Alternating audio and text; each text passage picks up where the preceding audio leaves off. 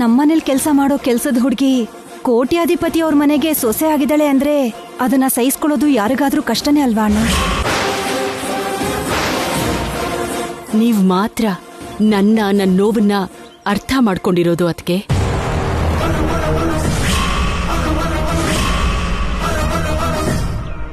ನಿಮ್ ನೋವನ್ನ ಅರ್ಥ ಮಾಡ್ಕೊಳ್ದೆ ಹೇಗಿರ್ಲಿ ಅದಕ್ಕೆ, ಆದ್ರೆ ನೀವು ಪರಿಸ್ಥಿತಿನ ಅರ್ಥ ಮಾಡ್ಕೋಬೇಕಲ್ವಾ?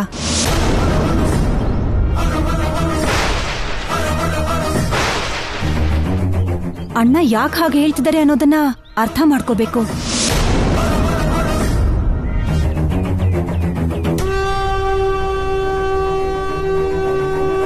ಈಗ ನಾನೇನು ಅರ್ಥ ಮಾಡ್ಕೊಳ್ಳಲ್ಲ. ಯಾರನ್ನು ಅರ್ಥ ಮಾಡ್ಕೊಳ್ಳಲ್ಲ. ದಯವಿಟ್ಟು ನನ್ನ ಅರ್ಥ ಮಾಡ್ಕೊಳ್ಳಿ ನೀವೆಲ್ರು.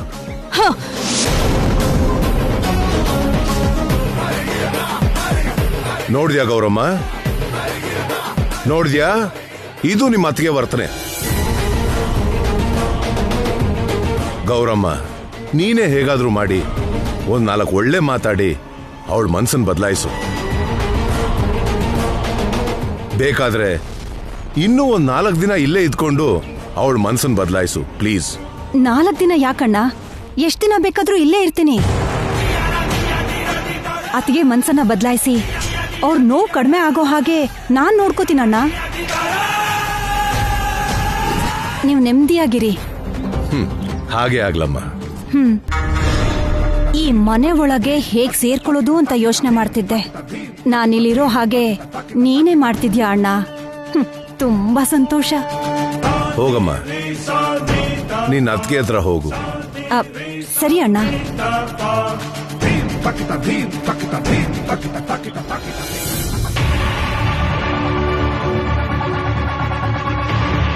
ಡ್ಯಾಡಿ, ಡ್ಯಾಡಿ, ಒಂದ್ಸಲಿ ಈ ಪೇಪರ್ ನೋಡಿ.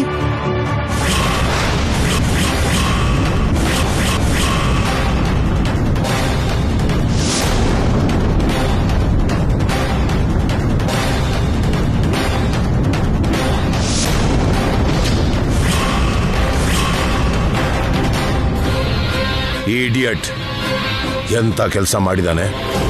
ಏನಾಯ್ತು ಮಾವ? ನೋಡಮ್ಮ, ನೋಡು ಆ ಮಲ್ಲಿಕಾರ್ಜುನ್ ಏನ್ ಮಾಡಿದಾನೆ ಅಂತ ನೋಡು.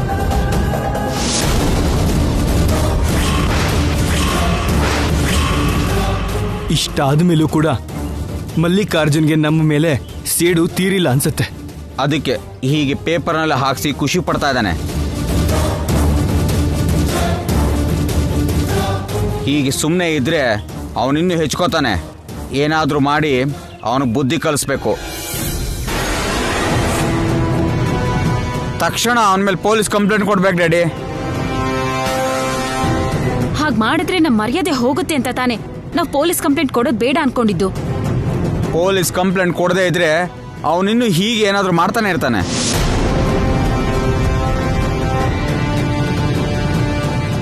ಇವನನ್ನು ಹೀಗೆ ಬಿಟ್ರೆ ನಮ್ಮ ಕುಟುಂಬಕ್ಕೆ ಅವಮಾನ ಮಾಡ್ತಾನೆ ಇರ್ತಾನೆ. ಹೇಳೋಣ, ಸಮಯಾನ ಕಾಯ್ದು ಆ ಮಲ್ಲಿಕಾರ್ಜುನ್ ಪಾಠ ಕಳಿಸೋಣ.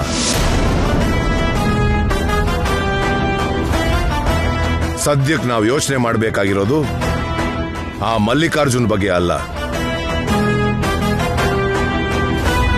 ವಸಂತನ ಕೋಪದ ಬಗ್ಗೆ, ಅಖಿಲ್ ಜೀವನದ ಬಗ್ಗೆ,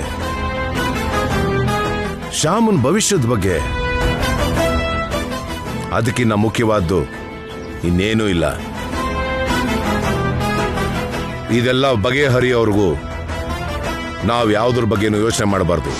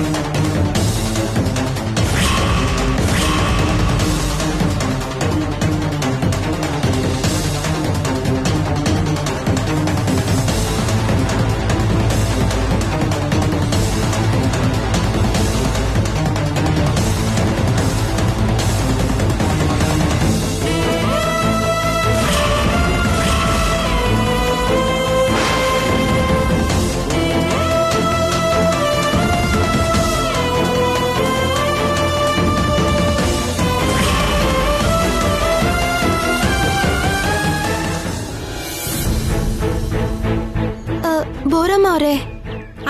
ಏನು? ನನ್ ಬ್ಯಾಗು ಅಖಿಲ್ ಅವರ ರೂಮಲ್ಲಿ ಇದೆ ಅಂತ ಅನ್ಸುತ್ತೆ. ಅದಕ್ಕೆ ನಿನ್ ಬ್ಯಾಗು ನಾನ್ ತಕೊಂಡ್ ಬರ್ಬೇಕಾ ಏನು? ಇಲ್ ನೋಡು, ನಾನು ಈ ಮನೆ ಕೆಲಸದವಳು, ನಿನಗಲ್ಲ. ಹಾಗಾದ್ರೆ ನಾನೇ ಹೋಗಿ ತಗೋತೀನಿ. ಎಲ್ಲಿಗೆ ಹೋಗ್ತಿದ್ಯಾ? ಏನ್ ತಗೋತಿದ್ಯಾ?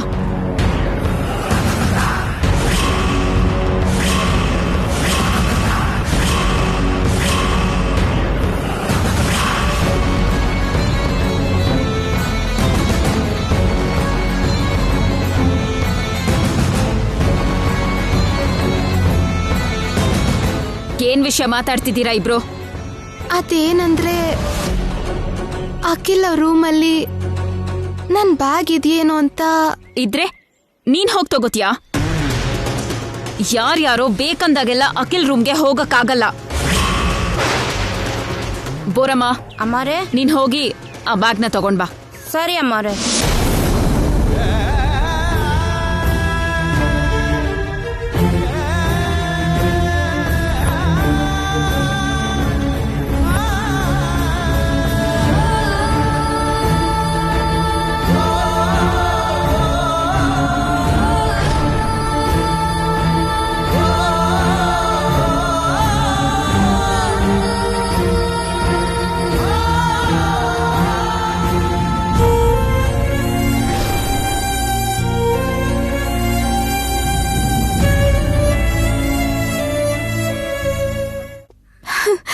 ಏನ್ ಕೃಷ್ಣ ಇದು?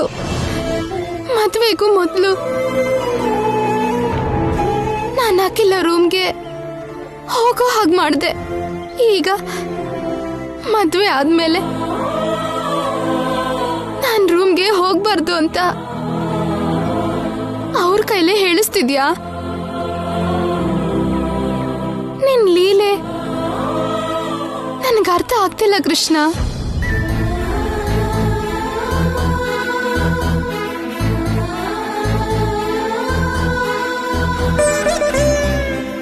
ಇಲ್ ನೋಡು, ಇದೇನಾ ನಿನ್ ಬ್ಯಾಗ್? ಹಾ ಇದೆ. ಇದ್ ತಕೊಂಡು ನಿನ್ ರೂಮ್ ಒಳಕ್ ಹೋಗು.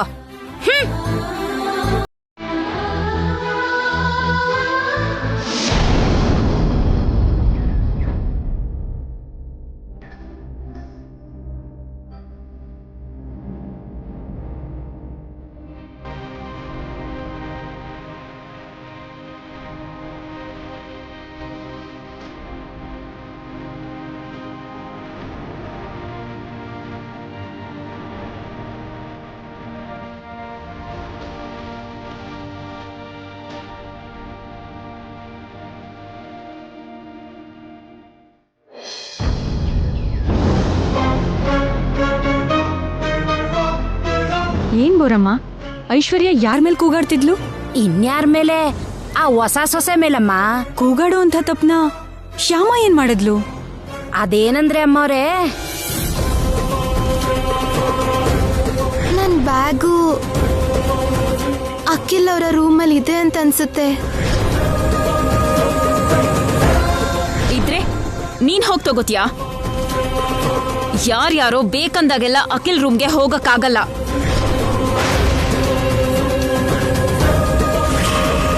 ಬೋರಮ್ಮ, ನೀನ್ ಹೋಗಿ ಆ ಬ್ಯಾಗ್ನ ತಗೊಂಡ್ ಬಾ. ಅದಮ್ಮ ನಡೆದಿದ್ದು. ಏನ್ ಬೋರಮ್ಮ ಇದು? ಅವಳು ಬ್ಯಾಗ್ ತಗೊಳ್ಳೋಣ ಅಂತ ಬಂದ್ರೆ ಕೂಗಾಡೋದ್ ಯಾಕೆ? ಪಾಪ ಎಷ್ಟು ಬೇಜಾರ್ ಮಾಡ್ಕೊಂಡಿರ್ತಾಳೋ ಏನೋ. ನೀವೇನೋ ಆ ಹುಡುಗಿ ಬಗ್ಗೆ ಯೋಚನೆ ಮಾಡ್ತೀರಾ, ಐಶ್ವರ್ಯ ಅಮ್ಮವರು ನಿಮ್ಮ ಅತ್ತೆ ಬಗ್ಗೆ ಯೋಚನೆ ಮಾಡ್ತಾರೆ. ಅದಕ್ಕೆ ಹಂಗ್ ಕೂಗಾಡಿದ್ದು. ಸರಿ ಬಿಡಿ, ಯಾರ್ ಏನೇ ಅಂದ್ರೂ ಕೂಡ ಆ ಹುಡುಗಿ ಮಾತ್ರ ನಮ್ಮನೆ ಸೊಸೆನೇ ಅಲ್ವಾ? ಬೋರಮ್ಮ, ನೀನೆ ನಿಮ್ಗೊಂದ್ ಸೀರೆ ಕೊಟ್ಟಿದ್ನಲ್ಲ, ಆ ಸೀರೆ ತಗೊಂಡೋಗಿ ಶ್ಯಾಮ ಕೊಡಿ.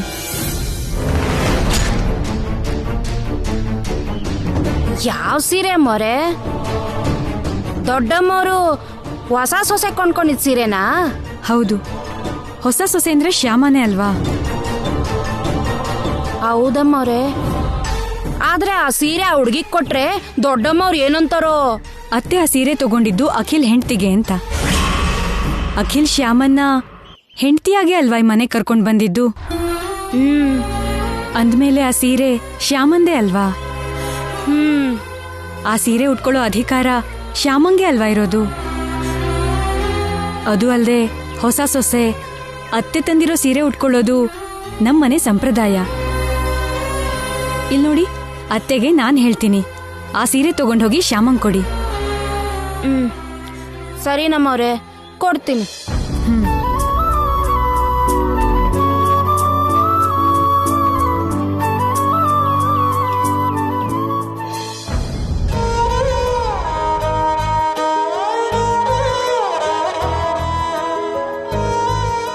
ಈ ಅನಿಷ್ಟದ ಹುಡುಗಿ ನನ್ ಮಗನ್ ಪಕ್ಕ ಯಾಕಿದ್ದಾಳೆ?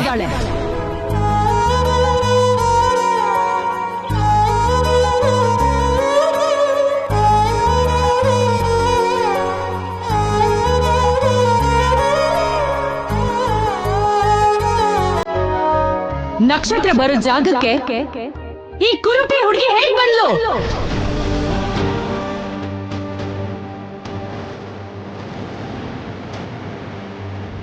ಅದೆಲ್ಲ ಒಳಗೆ ಹೋದ್ಮೇಲೆ ಹೇಳ್ತೀನಿ ವಸಂತ, ಮೊದಲು ಆರತಿ ಮಾಡು.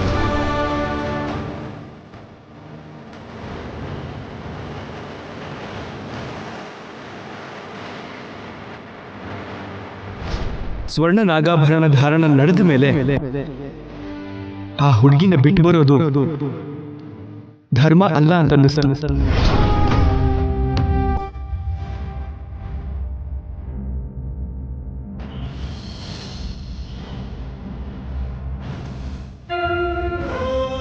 ಮಮ್ಮಿನ ಒಪ್ಪಿಸ್ಬೋದು ಅನ್ನೋ ನಂಬಿಕೆಯಿಂದ ಶ್ಯಾಮನ್ನ ಮದುವೆ ಮಾಡ್ಕೊಂಡು ಕರ್ಕೊಂಡು ಬಂದೆ. ಮಮ್ಮಿ ಒಪ್ಕೊಳ್ದೇ ಇದ್ದಿದ್ದಕ್ಕೆ ಶ್ಯಾಮ ಎಷ್ಟು ನೊಂದ್ಕೊಂಡಿರ್ತಾಳೆ. ಜೊತೆಗೆ ಈಗ ಅತ್ತಿಗೆ ಹೀಗೆ ಮಾತಾಡಿದ್ದಕ್ಕೆ ಇನ್ನೂ ನೋವಾಗಿರುತ್ತೆ. ನನ್ನ ಮಾತನ್ನ ನಂಬಿ ನನ್ನ ಜೊತೆ ಬಂದಿರೋ ಶ್ಯಾಮನ್ನ ನೋಡ್ಕೊಳ್ಳೋದು ನನ್ನ ಕರ್ತವ್ಯ. ಶ್ಯಾಮ ವಿಷಯದಲ್ಲಿ ನನ್ನ ಕರ್ತವ್ಯ ಮಾಡಲೇಬೇಕು.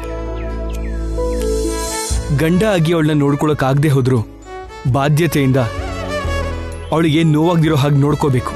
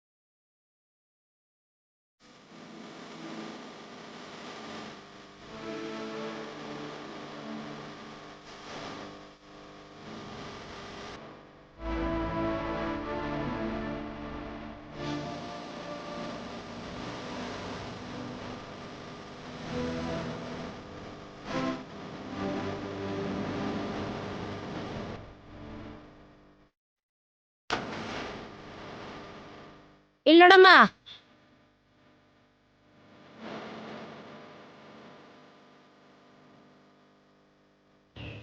ನನ್ನ ಹೆಸರು ಶ್ಯಾಮ. ಶ್ಯಾಮನೋ ಬಾಮನೋ ನಂಗ್ಯಾಕೆ? ಈ ಸೀರೆ ಹೊಸ ಸೊಸೆಗೆ ಅಂತ ತಂದಿದ್ದಂತೆ, ನೀನು ಉಟ್ಕೋಬೇಕು ಅಂತ ವೈದೇಹಿ ಅಮ್ಮವ್ರು ಹೇಳಿದ್ರು. ತಗ ಉಟ್ಕ.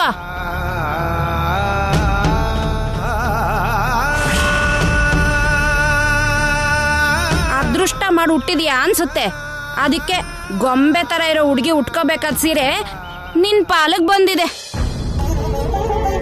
ಏನ್ ಮಾಡೋದು, ಉಟ್ಕ.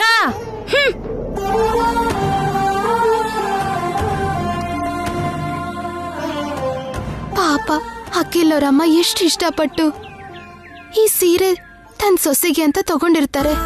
ಆದ್ರೆ ನಾನು ಈ ಮನೆ ಸೊಸೆಯಾಗಿ ಇಲ್ಲಿ ಬರೋ ಹಾಗಾಯ್ತು. ಹೇಗೆ ಉಟ್ಕೊಳ್ಳೋದು? ಮದ್ವೆಲಾದ್ರೆ ಅಮ್ಮ ಉಡ್ಸಿದ್ರು, ಈಗ ಯಾರು ಸಹಾಯ ಮಾಡ್ತಾರೆ? Excuse me. ಓ ಸಾರಿ,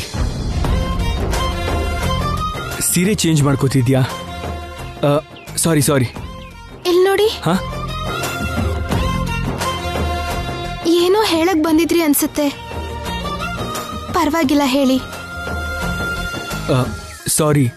ಸಾರಿ ಹೇಳೋದು ಯಾಕೆ? ಅಂದ್ರೆ ಅದು ಅದೇ ಚಿಕ್ಕದ್ಗೆ ಆಡಿದ ಮಾತಿಗೆ ನಿನಗೆ ನೋವಾಗಿರುತ್ತೆ ಅಲ್ವಾ, ಅದಕ್ಕೆ ಸಾರಿ ಹೇಳ್ತಿದ್ದೀನಿ. ಅದಕ್ಕೆ ಹಾಗೆ ಹಾರ್ಷಾಗಿ ಮಾತಾಡಿದ್ದು ನಿನ್ಮೇಲಿರೋ ಕೋಪದಿಂದಲ್ಲ, ನಮ್ಮಮ್ಮಂಗೆ ನೋವು ಕೊಟ್ಟು ನಿನ್ನ ಸೊಸೆಯಾಗಿ ಕರ್ಕೊಂಡು ಬಂದಿದ್ದೀನಿ ಅನ್ನೋ ಫೀಲಿಂಗಲ್ಲಿ ಅದಕ್ಕೆ ಹಂಗೆ ಮಾತಾಡಿದ್ರು. ಪರವಾಗಿಲ್ಲ ಬಿಡಿ. ಮನ್ಸಿಗೆ ನೋವಾಗಿದ್ದಾಗ ಒಂದು ಮಾತಂದ್ರೆ ತಪ್ಪೇನಿಲ್ಲ. ದೊಡ್ಡವರು ಅಂತವ್ರೊಂದು ಮಾತು ಹೇಳಿದಕ್ಕೆ ನಾನೇನೋ ನೊಂದ್ಕೊಳ್ಳಲ್ಲ. ಅವರು ಯಾವ ಪರಿಸ್ಥಿತಿಯಲ್ಲಿ ಹಾಗಂದ್ರೋ ಅರ್ಥ ಮಾಡ್ಕೋತೀನಿ. ಎದುರುಗಡೆ ಇರೋರ ಕೋಪನ ದ್ವೇಷನ ಅರ್ಥ ಮಾಡಿಕೊಂಡು ಅಡ್ಜಸ್ಟ್ ಮಾಡ್ಕೊಂಡು ಹೋಗುವಂಥ ನಡವಳಿಕೆ ಇರೋದು great, really great. Okay, carry on. ಏನಾದರೂ ಬೇಕು ಅಂದ್ರೆ ಸಂಕೋಚ ಇಲ್ಲದೆ ಕೇಳು. ಸರಿ, ಕೇಳ್ತೀನಿ.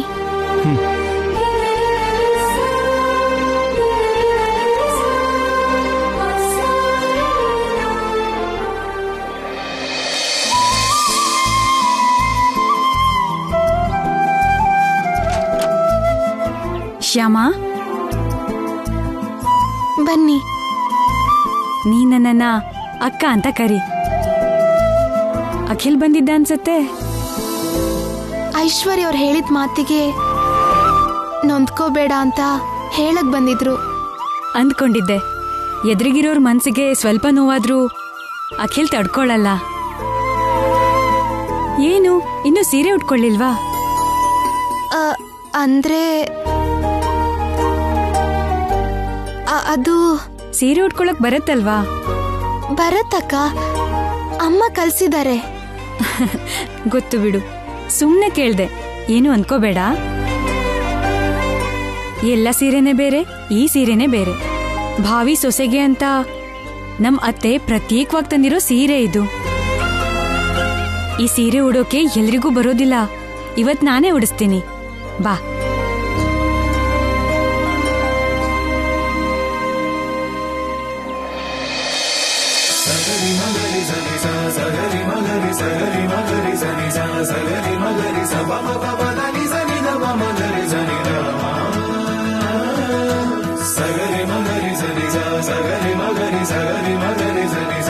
ಅತ್ತೆ ಮನೆ ಸೀರೆಲಿ ಹೊಸ ಸೊಸೆ ಸುಂದರವಾಗಿ ಕಾಣ್ತಾಳೆ. ನಿಜ ಏನಂದ್ರೆ ಹೊಸ ಸೊಸೆಗೆ ಈ ಸೀರೆನ ತಾನೇ ಕೊಡ್ಬೇಕು ಅಂತ ಅತ್ತೆ ತುಂಬಾ ಆಸೆ ಪಟ್ಟು ತಗೊಂಡಿದ್ರು. ಆದ್ರೆ ಅವ್ರು ಕೊಡೋಕಾಗ್ದಿರೋ ಪರಿಸ್ಥಿತಿ ಬಂತು.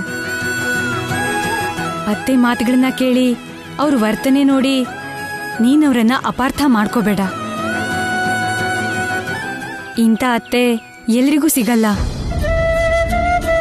1000ಕ್ಕೋ ಕೋಟಿಗೋ ಒಬ್ರೇ ಇರ್ತಾರೆ ಇಂಥ ಅತ್ತೆ. ಒಂದೇ ಮಾತಲ್ಲಿ ಹೇಳ್ಬೇಕು ಅಂದ್ರೆ ನಮ್ಮತ್ತೆ ನಿಜವಾಗ್ಲೂ ದೇವತೆನೆ.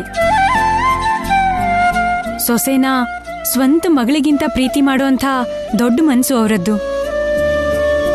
ಅಖಿಲ್ ಅಂದ್ರೆ ಅವರಿಗೆ ಪ್ರಾಣ. ಅಖಿಲ್ ಹೆಂಡ್ತಿನ ಪ್ರಾಣಕ್ಕಿಂತ ಹೆಚ್ಚಾಗಿ ನೋಡ್ಕೋಬೇಕು ಅನ್ನೋ ಮನ್ಸಿತ್ತು ಅವರಿಗೆ. ಅದು ಅಲ್ಲದೆ ಮನೆಗೆ ಬರೋ ಸೊಸೆ ಬಗ್ಗೆ ಅವ್ರು ತುಂಬಾ ಕನ್ಸು ಕಟ್ಕೊಂಡಿದ್ರು. ಅಂದ್ಕೊಳ್ದಿರೋ ಪರಿಸ್ಥಿತಿಲಿ ನೀನ್ ಈ ಮನೆಗೆ ಸೊಸೆಯಾಗಿ ಬಂದ್ಯಲ್ಲ, ಅದಕ್ಕೆ ಅವ್ರು ಹೀಗೆ ನಡ್ಕೋತಿದಾರಷ್ಟೇ. ಅತ್ತೇನ್ ಮಾತ್ರ ನೀನ್ ತಪ್ಪಾಗಿ ಅರ್ಥ ಮಾಡ್ಕೋಬೇಡ. ಅಯ್ಯೋ, ಹಾಗ್ಯಾಕೆ ಅನ್ಕೋತೀನಿ ಅಕ್ಕ.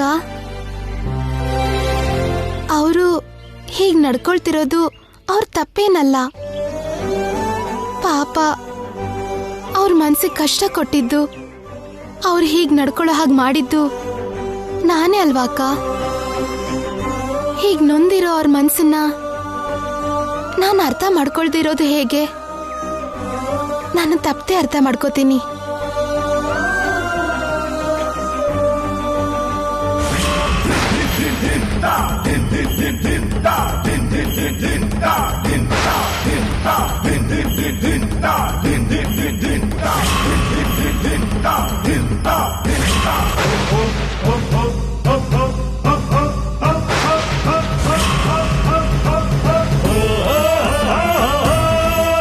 ನೋಡಿದ್ರ ಅತ್ತಿಗೆ ನೋಡಿದ್ರ ಮಾಡಿದ್ ಸಾಲ್ದು ಅಂತ ಅದೇನೋ ಘನ ಕಾರ್ಯ ಅನ್ನೋ ಹಾಗೆ ಅದ್ ಹೇಗ್ ಪೇಪರಲ್ಲಿ ಹಾಕ್ಸಿದ್ದಾನೆ ನೋಡಿದ್ರ? ಆ ಶ್ಯಾಮ ನಮ್ಮನೆ ಸೊಸೆ ಅನ್ನೋ ವಿಷಯ ಈಗ ಗೊತ್ತಿಲ್ದಿರೋರ್ಗೂ ಗೊತ್ತಾಗಿರುತ್ತೆ. ಛೇ, ಬೇಜಾರ್ ಮಾಡ್ಕೋಬೇಡ ಅದ್ಕೆ. ಪೇಪರಲ್ಲಿ ಬಂದ್ ಮಾತ್ರಕ್ಕೆ ಆ ಶ್ಯಾಮ ಈ ಮನೆ ಸೊಸೆ ಆಗ್ಬಿಡ್ತಾಳ?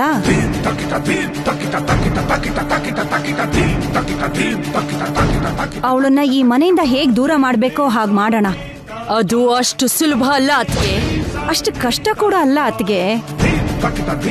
ಗ್ರಹ ದೋಷ ಹೋಗ್ಲಿ ಅಂತ ಮರದ ಜೊತೆ ಮದ್ವೆ ಮಾಡ್ಸೋ ಹಾಗೆ ಅಖಿಲ್ಗಿರೋ ಗ್ರಹ ದೋಷ ಹೋಗೋದಕ್ಕೆ ಯಾವ್ದೋ ಮರದ ಜೊತೆ ಮದ್ವೆ ಮಾಡಿದೀವಿ ಅಂತ ಅನ್ಕೊಳ್ಳೋಣ. ಅಷ್ಟ್ ಮಾತ್ರಕ್ಕೆ ಆ ಮರನೇ ಬಂದು ಈ ಮನೆ ಸೊಸೆ ಆಗಿ ಈ ಮನೇಲೆ ಕಾಯಮ್ಮ ಕೂತ್ಕೊಳ್ಳಲ್ವಲ್ಲ. ಈಗ ಶ್ಯಾಮ ಕೂಡ ಹಾಗೇನೆ ಈ ಮನೇಲೆ ಬೇರ್ ಬಿಟ್ಟು ಪರ್ಮನೆಂಟ್ ಆಗಿ ನಿಲ್ಲೇ ಇರಲ್ಲ. 4 ನೋಟಿನ ಕಟ್ಟಿಂದ ನಮ್ಮ ಅಕ್ಕಿಲ್ಗೆ ದೃಷ್ಟಿ ತೆಗೆದು ಶ್ಯಾಮ ಮುಖಕ್ಕೆಸೆದ್ರೆ ಬೇಡ ಅಂದ್ರೂ ಅವಳೇ ದೂರ ಹೋಗ್ತಾಳೆ. ನೀವೇನು ಟೆನ್ಷನ್ ಮಾಡ್ಕೋಬೇಡಿ ಅದ್ಕೆ. ನೀವ್ ಅಂದ್ಕೊಂಡ ಹಾಗೇನೆ ಆದಷ್ಟು ಬೇಗ ಆ ಶ್ಯಾಮನ ಈ ಮನೆಯಿಂದ ಹೊರಗಡೆ ಕಳ್ಸೋ ಜವಾಬ್ದಾರಿ ನಂದು, ಸರಿನಾ? ಅತ್ತೆ, ಪ್ರಾಬ್ಲಮ್ ಆಗಿದೆ ಅತ್ತೆ. ಏನಾಯ್ತು? ಹೊಸ ಸೊಸೆ ಹತ್ರ ಬೃಂದಾವನ ಪೂಜೆ ಮಾಡಿಸೋದು ನಮ್ಮ ಆಚಾರ ಅಲ್ವಾ? ಆ ಬೃಂದಾವನ ಪೂಜೆಗೆ ಅಂತ ಮುತ್ತೈದೆಯರೆಲ್ಲ ಬಂದಿದ್ದಾರೆ. ಹೊಸ ಸೊಸೆ ಎಲ್ಲಿ ಎಲ್ಲಿ ಅಂತ ಪದೇ ಪದೇ ಕೇಳ್ತಿದ್ದಾರೆ. ಏನ್ ಮಾಡ್ಬೇಕು ನಂಗೆ ಅರ್ಥನೇ ಆಗ್ತಿಲ್ಲ ಅತ್ತೆ. ಛೇ, ತಪ್ಪು ಮಾಡಿದ್ವಿ ಐಶ್ವರ್ಯ, ತಪ್ಪು ಮಾಡ್ಬಿಟ್ವಿ. ಬೃಂದಾವನ ಪೂಜೆ ಕಾರ್ಯಕ್ರಮ ಇಲ್ಲ ಅನ್ನೋ ವಿಷಯನ ನಾವು ಸಂಬಂಧಿಕರಿಗೆಲ್ರಿಗೂ ಫೋನ್ ಮಾಡಿ ಹೇಳ್ಬೇಕಾಗಿತ್ತು. ಆ ಯೋಚನೆನೇ ಬರ್ಲಿಲ್ಲ. ಹೇಗ್ ಬರುತ್ತೆ ಅತ್ತೆ? ಶ್ಯಾಮ ಈ ಮನೆಗೆ ಸೊಸೆಯಾಗಿ ಬಂದಿದ್ದಕ್ಕೆ ತಲೆ ಕೆಲ್ಸಾನೇ ಮಾಡ್ತಾ ಇಲ್ಲ. ಇನ್ನು ಆ ಯೋಚನೆ ಎಲ್ಲಿಂದ ಬರ್ಬೇಕು ಹೇಳಿ? ಹೋಗ್ಲಿ ಬಿಡು, ಬೃಂದಾವನ ಪೂಜೆ ಇಲ್ಲ, ವಾಪಸ್ ಹೋಗಿ ಅಂತ ಬಂದಿರೋ ಸಂಬಂಧಿಕರನ್ನೆಲ್ಲ ಕಳಿಸ್ಬಿಡು. ಪೂಜೆ ಯಾಕಿಲ್ಲ ಅಂತ ಕೇಳಿದ್ರೆ ಏನ್ ಹೇಳ್ಬೇಕು ಅತ್ತೆ? ಹೊಸ ಸೊಸೆನ ನೋಡಿದ್ಮೇಲೆ ಬೃಂದಾವನ ಪೂಜೆ ಮಾಡ್ಬೇಕು ಅನ್ನೋ ಆಸೆ ಸತ್ ಹೋಗಿದೆ ಅಂತ ಹೇಳು. ಹಾಗೆ ಹೇಳಿದ್ರೆ ಚೆನ್ನಾಗಿರಲ್ವೇನೋ ಅತ್ತೆ? 4 ಜನರ ಮುಂದೆ ನಮ್ ಮರ್ಯಾದೆ ಹೋಯ್ತು ಅಂತ ಮಾವಂಗೆ ಬೇಜಾರಾಗ್ಬೋದು ಅತ್ತೆ. ವೈದೇಹಿ ಐಶ್ವರ್ಯ ಜೊತೆ ಸಮವಾಗಿ ಶ್ಯಾಮನು ಇರಬೇಕು. ಮರ್ಯಾದೆ ಮರ್ಯಾದೆ ಅಂತ ಆ ದರಿದ್ರ ಅಂತಂದು ನನ್ನ ನೆತ್ತಿ ಮೇಲಿಟ್ಟಿದ್ದಾರೆ ನಿಮ್ ಮಾವ. ಛೇ,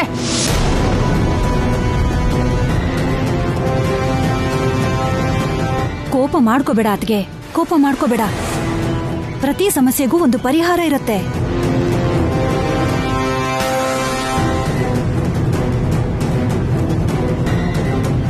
ಸದ್ಯಕ್ಕೆ ನಿಮ್ಮ ಮರ್ಯಾದೆ ಅನ್ನೋದು ಮುಳ್ಳಿನ ಮೇಲೆ ಬಿದ್ದಿರೋ ಬಟ್ಟೆ ಹಾಗೆ.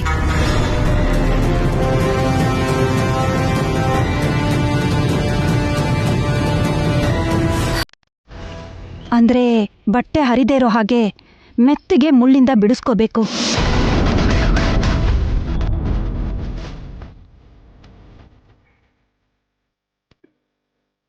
ಆದಷ್ಟು ಬೇಗ ಹೇಗೂ ಶ್ಯಾಮಗೆ ಮಂಗಳ ಹಾಡಿ ಈ ಮನೆಯಿಂದ ಆಚೆ ಕಳಿಸ್ಬಿಡ್ತೀವಲ್ಲ.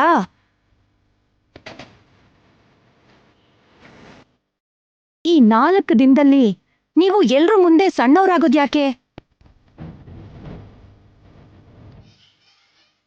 ಎಲ್ರೂ ನಿಮ್ ಬಗ್ಗೆ ಬಾಯಿಗೆ ಬಂದ ಹಾಗೆ ಮಾತಾಡ್ಕೊಳ್ಳೋದು ಯಾಕೆ?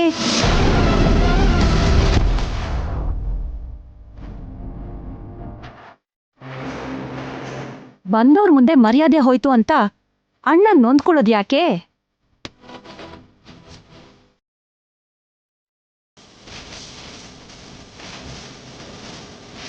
ಹೇಗೂ ಮನೆಗೆ ಮುತ್ತೈದೆಯರು ಬಂದಿದ್ದಾರಲ್ಲ, ಆ ಬೃಂದಾವನ ಪೂಜೆನ ಮುಗಿಸ್ಬಿಡೋಣ.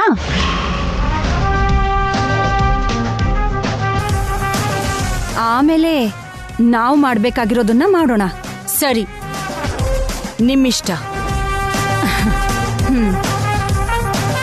ಆ ಏರ್ಪಾಡೇನೋ ನೀವೇ ನೋಡ್ಕೊಳ್ಳಿ. ಅದನ್ನೆಲ್ಲ ನಾನ್ ನೋಡ್ಕೋತೀನಿ ಬಿಡಿ ಅತ್ತಿಗೆ.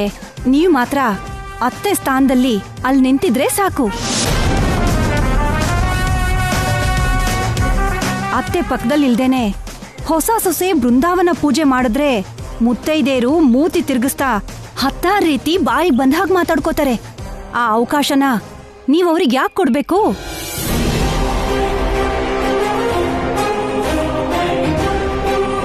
ಹಾಗೆ ಆಗ್ಲಿ, ನಾನು ಕೂಡ ಅಲ್ಲೇ ಇರ್ತೀನಿ.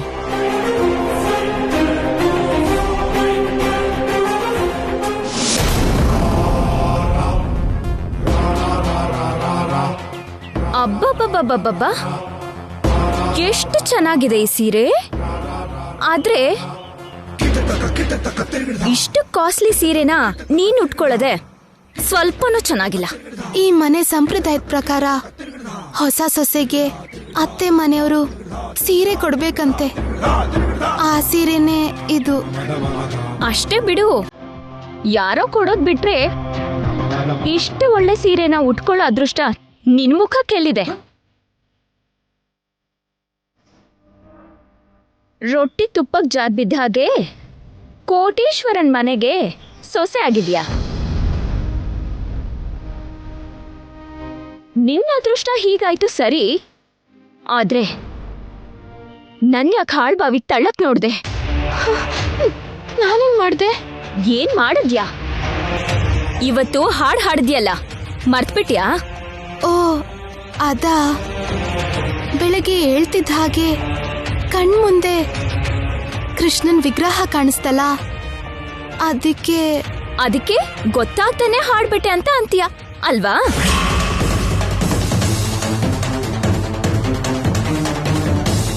ಈಗೇನೋ ನನಗ್ ಕಾರಣ ಕೊಟ್ಟೆ, ಓಕೆ.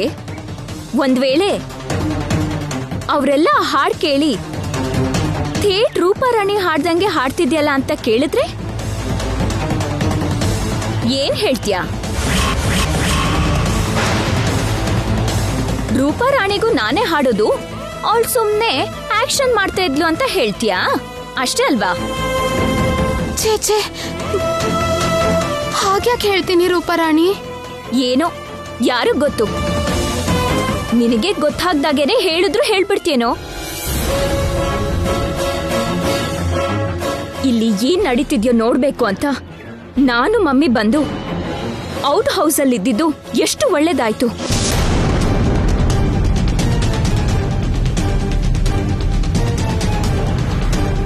ನಿನ್ ಹಾಡ್ ಕೇಳ್ತಿದ್ದಾಗೆ ಪ್ರಾಣನ ಕೈಯಲ್ಲಿ ಹಿಡ್ಕೊಂಡು ಓಡೋಡ್ ಬಂದಿದ್ದಕ್ಕೆ ಗಂಡ ಅಂತ ಹೇಗೋ ತಪ್ತು. ಇಲ್ದೇ ಇದ್ರೆ ನನ್ನ ನಾಟಕ ಎಲ್ಲ ಹೊರಗ್ ಬರ್ತಿತ್ತು. ಇನ್ಯಾವತ್ತೂ ಹಾಗಾಗಲ್ಲ ರೂಪಾರಾಣಿ. ಏನು, ನಿನ್ ಮೇಲೆ ನನಗ್ ಪೂರ್ತಿ ನಂಬಿಕೆ ಹೋಗಿದೆ. ಇನ್ನು ನಿನ್ನ ನಂಬೋಕೆ ಆಗಲ್ಲ. ಹಾಗೆ ಹೇಳ್ಬೇಡ ರೂಪಾರಾಣಿ. ಇವತ್ತಿಂದ ನಾನು ಹುಷಾರಾಗಿರ್ತೀನಿ. ಏನು ಹುಷಾರಾಗಿರ್ತೀಯೋ ಏನೋ, ಮತ್ತೆ ಹೀಗೆ ಆದ್ರೆ ಎಲ್ಲ ಹಾಳಾಗತ್ತೆ. ಹುಷಾರ್.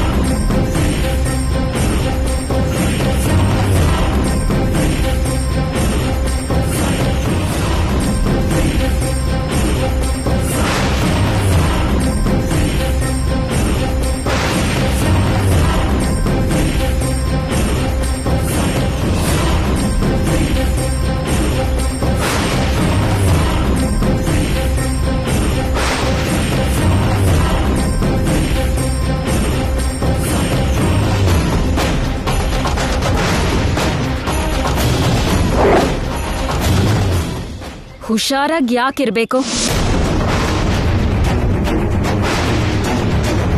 ಅಂತ ಸಮಸ್ಯೆ ಏನಾಗಿದೆ? ಏನ್ ಹಾಳಾಗತ್ತೆ ಅಂದಿದ್ದು?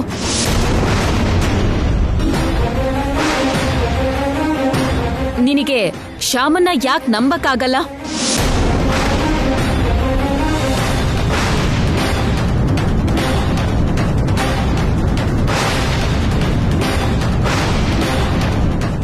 ಯಾವ ವಿಷಯದ ಬಗ್ಗೆ ನಂಬಕ್ಕಾಗಲ್ಲ?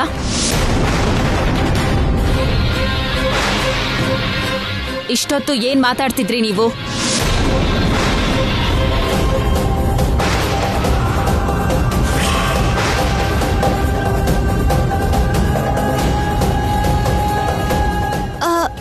ಅದೇನಿಲ್ಲ,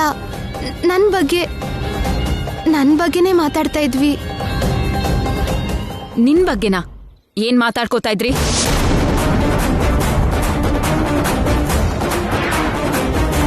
ಇಷ್ಟು ದೊಡ್ಡ ಮನೆಯಲ್ಲಿ ಇಷ್ಟು ದೊಡ್ಡ ಜನರ ಮಧ್ಯೆ ನಾನು ಸರಿಯಾಗಿರ್ತೀನಿ ಅಂತ ಇವಳಿಗಿನ್ನೂ ನನ್ನ ಮೇಲೆ ನಂಬಿಕೆ ಬಂದಿಲ್ಲ. ಏನ್ ಸಮಸ್ಯೆ ಆದ್ರೂ ಎಲ್ಲ ಹಾಳಾಗತ್ತೆ ಅಂತಿದ್ಲು ರೂಪರಾಣಿ.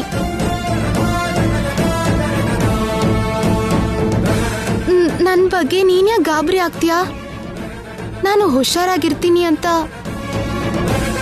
ರೂಪರಾಣಿಗೆ ನಾನು ಹೇಳ್ತಾ ಇದ್ದೆ. ಅಷ್ಟೇ ಅಲ್ವಾ ರೂಪರಾಣಿ?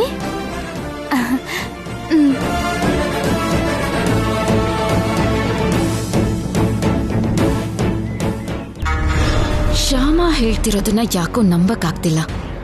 ಏನೋ ಸುಳ್ಳು ಹೇಳಿ ಮ್ಯಾನೇಜ್ ಮಾಡ್ತಿದ್ದಾಳೆ ಅನ್ನಿಸ್ತಾ ಇದೆ.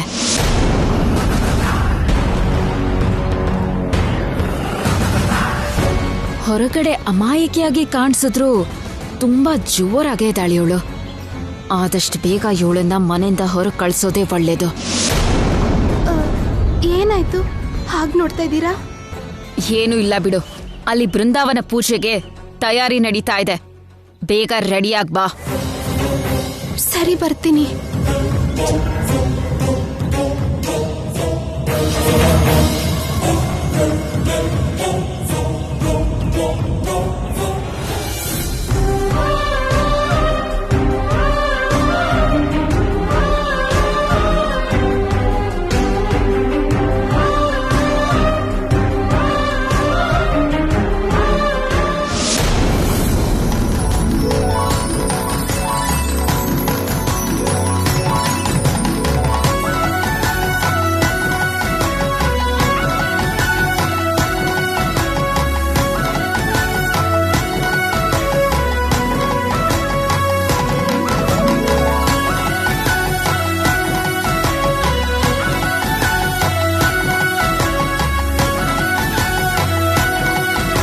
ವಸಂತ, ಯಾಕಿಷ್ಟು ತಡ ಆಯ್ತು?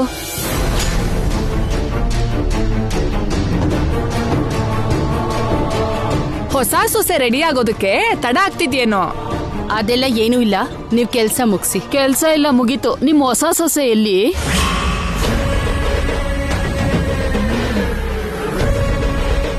ಬಂಗಾರದ ಬೊಮ್ಮೆನ ಸೊಸೆ ಮಾಡ್ಕೊಂಡಿದ್ದಾಳೆ.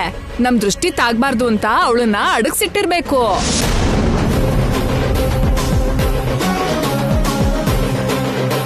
ಹಾಗ್ ಮುಚ್ಚಿಟ್ಟಿದ್ರೆ ಹೇಗ್ ವಸಂತ? ಬೃಂದಾವನ ಪೂಜೆ ಮಾಡಿಸ್ಬೇಕಾಗಿರೋದು ಹೊಸ ಸೊಸೆ ಕೈಲೇ ಹೊರತು ಹಳೆ ಅತ್ತೆ ಕೈಯಲ್ಲ. ಬರ್ತಾಳೆ, ಹೊಸ ಸೊಸೆ ಬರ್ತಾಳೆ.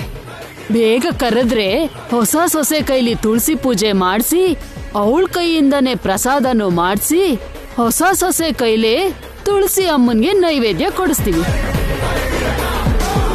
ಸರಿ ಸರಿ, ಎಲ್ಲ ಪದ್ಧತಿ ಪ್ರಕಾರನೇ ಮಾಡಿದ್ರಾಯ್ತು. ಅವಳು ಇನ್ನೇನ್ ಬಂದ್ಬಿಡ್ತಾಳೆ, ಹೊಸ ಮದುಮಗಳು. ನೀವು ಕೆಲಸ ಮುಂದುವರಿಸಿ.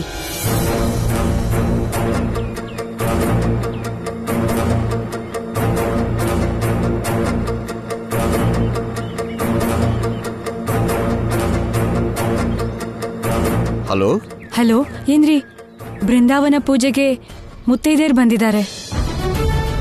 ಎಲ್ಲ ಸಿದ್ಧತೆ ನಡೀತಿದೆ. ಆ ಪೂಜೆ ನಡೆಯೋದು ಅತ್ತೆಗೆ ಸ್ವಲ್ಪ ಕೂಡ ಇಷ್ಟ ಇಲ್ಲದೆ ಇದ್ರು ಏನೂ ಮಾಡೋಕ್ಕಾಗದೆ ಒಪ್ಕೊಂಡಿದ್ದಾರೆ. ಅದರಿಂದ ಏನು ತೊಂದರೆ ಆಗತ್ತೋ ಏನೋ ಅಂತ ನನಗೆ ಸ್ವಲ್ಪ ಭಯ ಆಗ್ತಿದೆ ರೀ. ಅಂಥದ್ದೇನಾದ್ರೂ ಆದ್ರೆ ಅಖಿಲ್ ಒಬ್ನೇ ಅತ್ತೆಗೆ ಎಷ್ಟು ಅಂತ ಸಮಾಧಾನ ಮಾಡೋಕ್ಕಾಗತ್ತೆ? ನೀವು ಮತ್ತೆ ಮಾವನು ಪೂಜೆ ನಡೆಯೋವಾಗಿದ್ದಿದ್ರೆ ಚೆನ್ನಾಗಿರ್ತಿತ್ತು. ಬೇಗ ಬಂದ್ಬಿಡಿ. ಸರಿ ವೈದೇಹಿ, ಇನ್ನು 10 ನಿಮಿಷದಲ್ಲಿ ಮನೆಗೆ ಬರ್ತೀನಿ. ಓಕೆನಾ? ಆಯ್ತು ರೀ.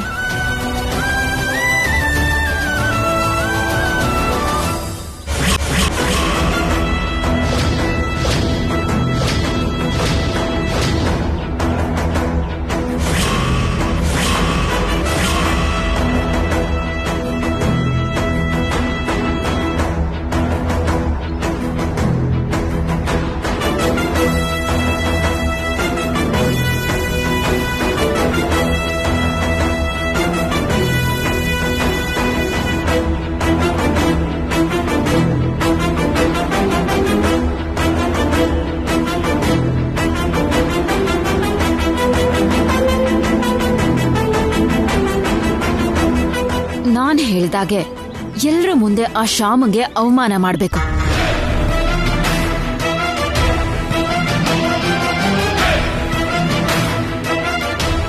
ಅದನ್ನ ನೋಡಿ ನನ್ನ ಅತ್ತೆಗೆ ಕೋಪ ಬರ್ಬೇಕು. ಬೃಂದಾವನ ಪೂಜೆ ಹಾಳಾಗಿ ಹೋಗ್ಬೇಕು.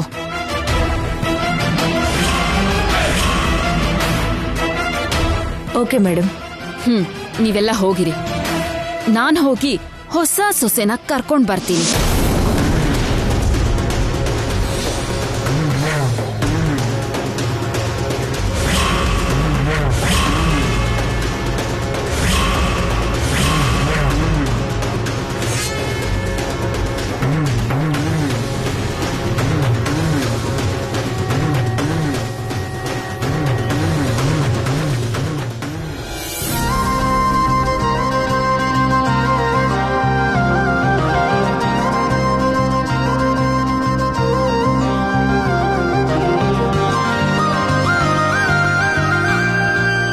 ಏನಮ್ಮ, ಬೃಂದಾವನ ಪೂಜೆಗೆಲ್ಲ ರೆಡಿನಾ?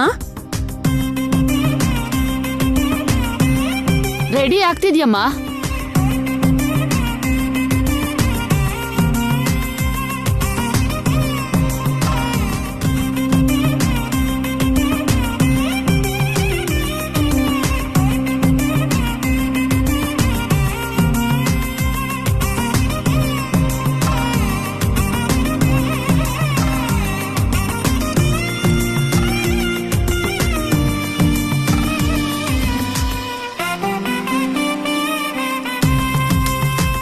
ವಸಂತ, ಬೃಂದಾವನ ಪೂಜೆಗೆಲ್ಲ ರೆಡಿ ಇದೆ. ಹೊಸ ಸೊಸೆ ಬಂದ್ರೆ ಪೂಜೆ ಶುರು ಮಾಡೋಣ.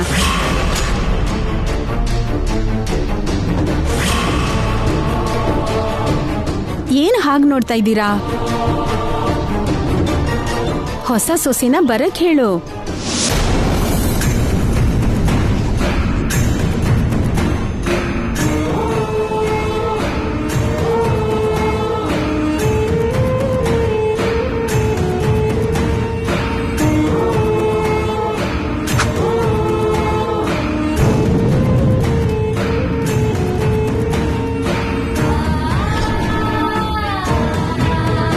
ನಾನ್ ಹೇಳಿದಾಗೆ ಎಲ್ರ ಮುಂದೆ ಆ ಶ್ಯಾಮಗೆ ಅವಮಾನ ಮಾಡ್ಬೇಕು.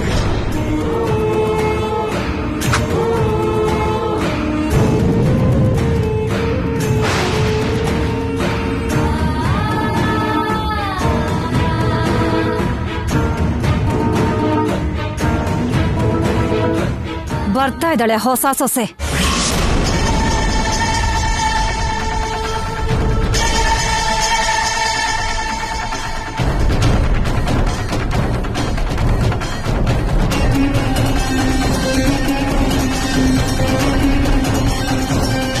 ಬಾಮ್ಮ,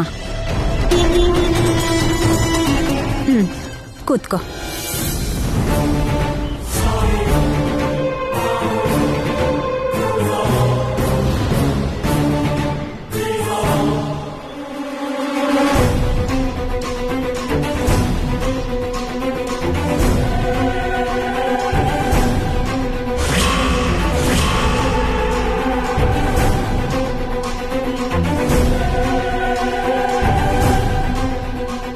ಏನಮ್ಮ ಹೊಸ ಸೊಸೆ, ಬೃಂದಾವನ ಪೂಜೆಗೆ ಬೃಂದಾವನಕ್ ಬಂದಾಯ್ತಲ್ಲ, ಇನ್ನೂ ಆ ಮುಸುಕ್ ಯಾಕಮ್ಮ? ಅದನ್ ತೆಗ್ದು ನಿನ್ ಮುಖನ ನಮಗ್ ತೋರ್ಸು.